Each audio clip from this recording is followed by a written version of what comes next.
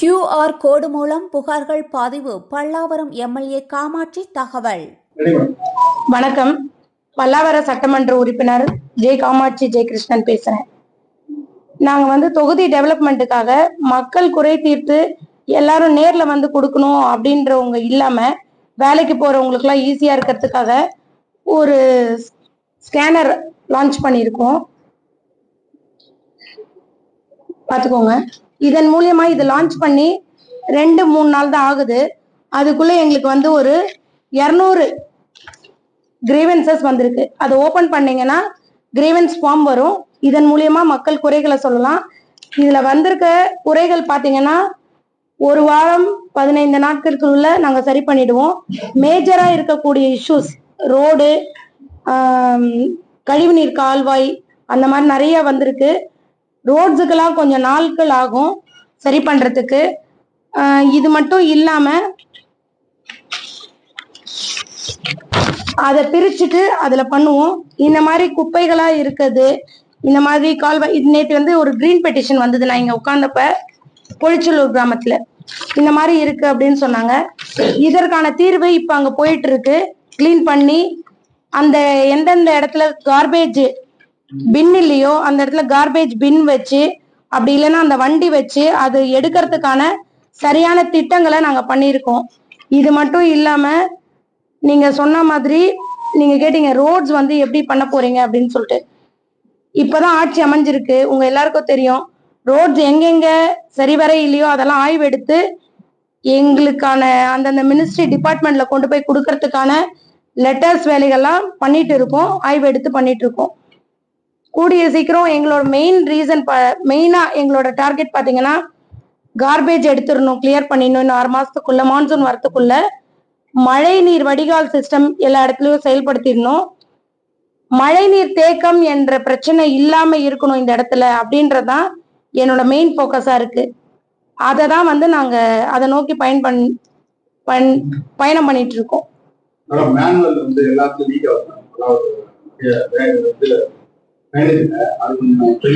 அதெல்லாம் சரி பண்ணிட்டு இருக்கோம். நாங்க ட்ரைனேஜ்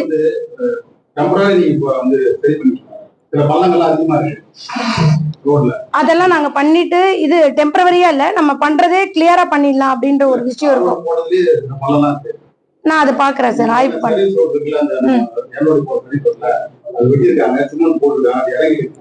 சரி, அதை நான் பாக்குறேன், ஆய்வு பண்றேன். இன்னொன்னு பாத்தீங்கன்னா மெயினா பாதாள சாக்கடைகளுக்கு எல்லாம் மூடி போட்டு அந்த கழிவு நீர் கால்வாய்களை சரிவர பண்ணிட்டா குப்பைகள் அங்கங்க போட மாட்டாங்க. மெயினா அந்த தண்ணி போகாததுக்கு மெயின் ரீசனே குப்பைகள் எடுக்காதனால்தான். அதை சரியா எடுக்கிறதுக்கான முயற்சிகளை நான் ஃபர்ஸ்ட் எடுக்கிறேன். சுகாதார சீர்கேடுகள் இல்லாம நம்ம பாத்துக்கணும். இது 2வது ஒரு விஷயம் நான் பண்றதுக்கு ஆக்சஸ்ல இருக்கேன்.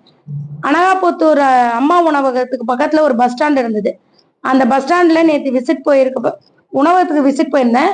பஸ் ஸ்டாண்ட்ல பாத்தீங்கன்னா ஒரு 20 பேர் தஞ்சம் அடைஞ்சிருந்தாங்க.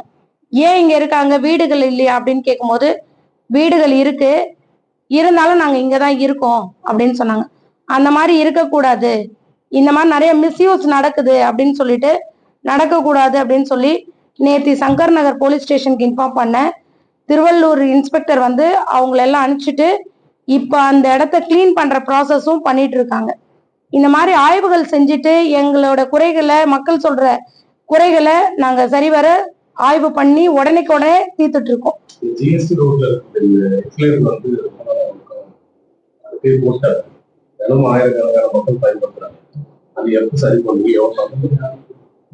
நான் முன்னாடியே சொன்ன மாதிரிதான் சார், நாங்க கொஞ்சம் ஆய்வு எடுத்துட்டு அதுக்கான டைம் வந்த உடனே நாங்க பண்றோம். ஒரு 6 மாசம் ஆகும் எல்லாமே பண்றதுக்கு.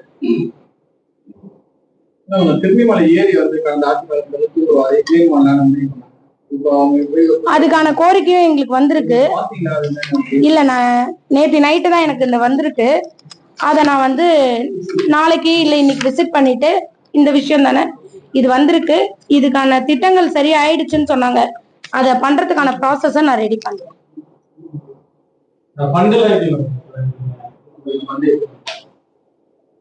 ஃபண்டு ஏற்கனவே வந்திருக்கும் இல்ல, அதெல்லாம் நாங்க பார்க்கணும். அதுதான் நான் சொன்னேன், எங்களுக்கு இந்த ஆய்வு பணி அதுக்கான ஸ்பேஸ் கொடுக்கணும். நாங்க புதுசா ஆட்சி அமைச்சிருக்கோம், அதனால நாங்க எல்லாம் பார்த்துட்டு எங்களோட மேலிடத்துல கேட்டுட்டு மினிஸ்டர்ஸ்ல கேட்டுட்டு அவங்களோட கைடன்ஸ்ல நான் ஒண்ணா பண்ணுவேன். சட்டமன்ற உறுப்பினருக்கு தனியா இடம் பிடபிள்யூ ஒதுக்கி கட்டணும். கடந்த ஆட்சியாளர் இல்ல நான் எழுங்கிறதே மாநகராட்சி அலுவலகத்துல ஒரு இடைவெளா இருக்குதுன்னு ஒரு கம்ப்ளைண்ட் இருக்கு. அதுக்கு எதனா முயற்சி எடுத்தீங்கன்னா? ஃபர்ஸ்ட் மக்களுக்காக வந்திருக்கிறோம், மக்கள் பணியை முதல்ல செய்வோம். இப்போதைக்கு இந்த அலுவலகத்துல இருக்கிறோம், நாங்க அதையும் ஒரு கோரிக்கையா வைக்கிறோம். ஆனா முதல்ல மக்களுக்கு எங்களுக்கு தேவைன்றதை விட மக்களுக்கு செய்யறது என்னுடைய ஒப்பீனியனா இருக்கு. ரொம்ப இடம் இருக்கு, ஒரு நாள் உள்ள போனா வெளியே வர முடியாது. நீங்க ஒரு நாள் போய் பாருங்க. வேற அங்க தாலுகா இது பண்ணாங்க, அங்க இருக்கலாம், அங்க ரெடி பண்ணாங்க இடம். ஆனா என்னன்னா இங்க நிறைய பேர் அந்த வக்கீல்கள் இங்கே நாங்க ஆபீஸ் வாங்கிட்டதால அது போக முடியாம கொஞ்சம் அதை நான் பாக்குறேன்.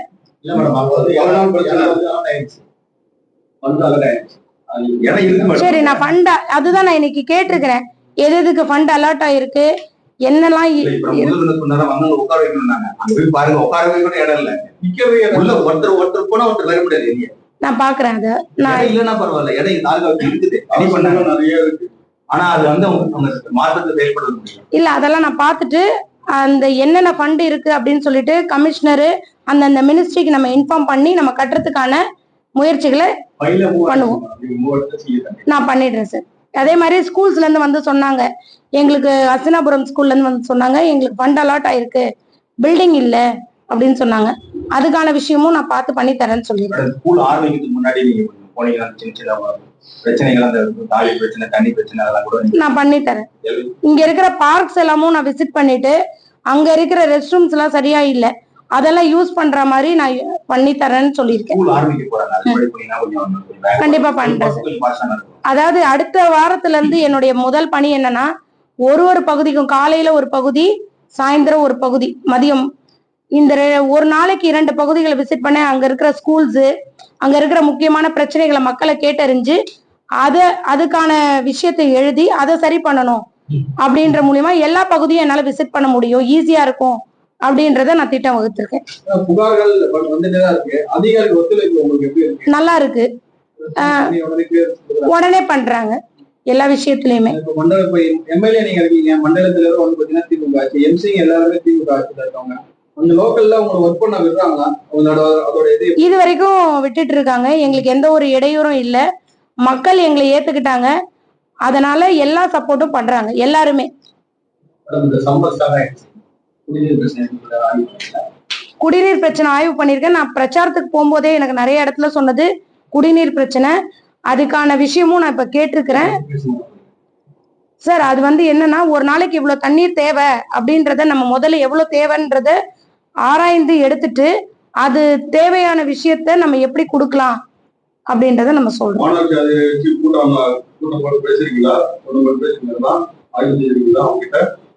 அவங்க ஆபீசர்ஸ் எல்லாம் மீட் பண்ணிட்டேன், இன்னும் அலுவலர்கள்ல எல்லாரையும் பார்க்கல.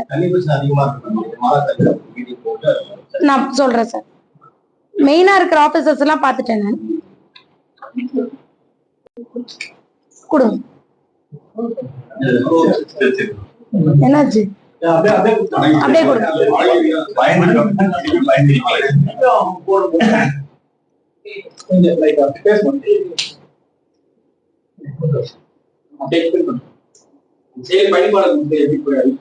இந்த செயலிய ஸ்கேன் பண்ணீங்கன்னா ஒரு கிரீவன்ஸ் ஃபார்ம் ஓபன் ஆகும். அந்த ஃபார்ம் மூலியமா நீங்க எல்லாருமே, மக்கள் எல்லாரும் அதுல குறைகளை அப்டேட் பண்ணலாம். எம்எல்ஏ ஆபீஸ் வரைக்கும் தேடி வரணும்ன்றது இல்ல.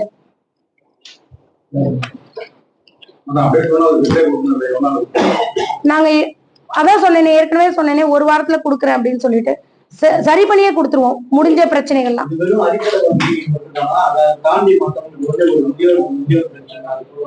எல்லாமே வருது அதுல. சில பேர் கிரீவன்ஸ் ஃபார்ம்ல எம்எஸ்எம்இ லோன் வரைக்கும் கேக்குறாங்க.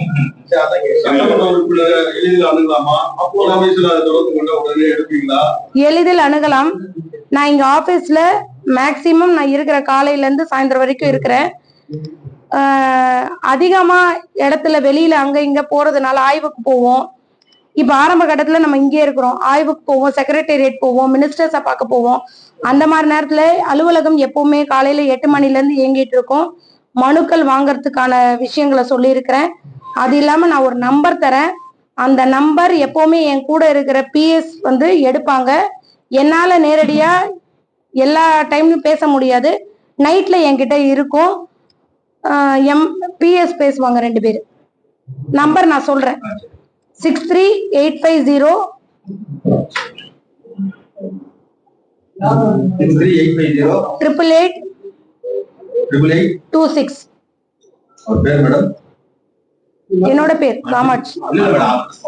அவங்களோட நம்பர் தான் இது என்னோட நம்பர் தான்.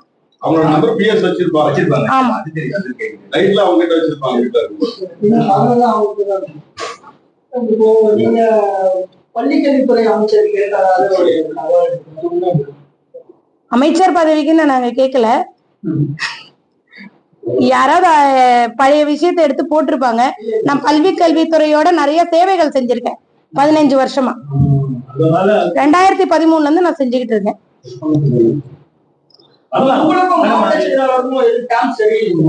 அப்படிலாம் ஒண்ணும் இல்லையே. அவர் வந்து என்ன கேட்காம போய் எம்எல்ஏ பார்க்க கூடாது அப்படின்னு சொல்லிட்டு கட்சி நிர்வாகிகள் சொல்லியிருக்கிறதாகவும் கட்சி நிர்வாகிகள் சிலர் என்கிட்ட பேசியிருக்காங்க. இல்ல அப்படிலாம் ஒண்ணும் இல்லை. என்ன காரணம் மேடம் அன்னைக்கு இந்த நிகழ்ச்சியில ஏன் 3 பேர் மொத்தம் ஸ்டேஜ்ல உட்கார்ந்திருக்கீங்க? நிர்வாகி எல்லாமே எங்க கூட வந்து தனியா போட்டோ எடுத்துக்கணும் அப்படின்ற ஒரு விஷயத்த யோசிச்சாங்க. சரி, அதனால நான் காலையில இருந்து சாயந்தரம் வரைக்கும் எல்லா நிர்வாகியோடு வெயிட் பண்ணி போட்டோ எடுத்துக்கிட்டேன். போட்டோ எடுக்கிறது பத்தி நான் பேசுறேன். ஏன் பகுதி செயலாளர் கூட ஏன் மேடையில ஏறுறாங்க? என்னுடைய அறிமுக விழா பாத்தீங்கன்னா அப்படிதான் பண்ணார் மாவட்ட செயலாளரு. நானு அவர் மட்டும்தான் ஏறணும். அதையே நான் ஃபாலோ பண்ணிட்டேன். இல்ல உங்க ஹஸ்பண்ட் ஏன் ஏத்துறீங்க? கட்சி பொறுப்புல இருக்காரா? இல்ல, கட்சி பொறுப்புல இல்ல. அன்னைக்கு வந்து அவர் வந்து அந்த ஸ்டூடெண்ட்ஸுக்கு வந்து ஸ்பான்சர்ஷிப் பண்ணாரு. ஸ்பான்சர்ஷிப் பண்ணதால ஏத்துனாங்க. அதுல கூப்பிடும் போது கூட பாத்தீங்கன்னா JK குழும நிறுவனர் தான் கூப்பிட்டுருப்பாங்க.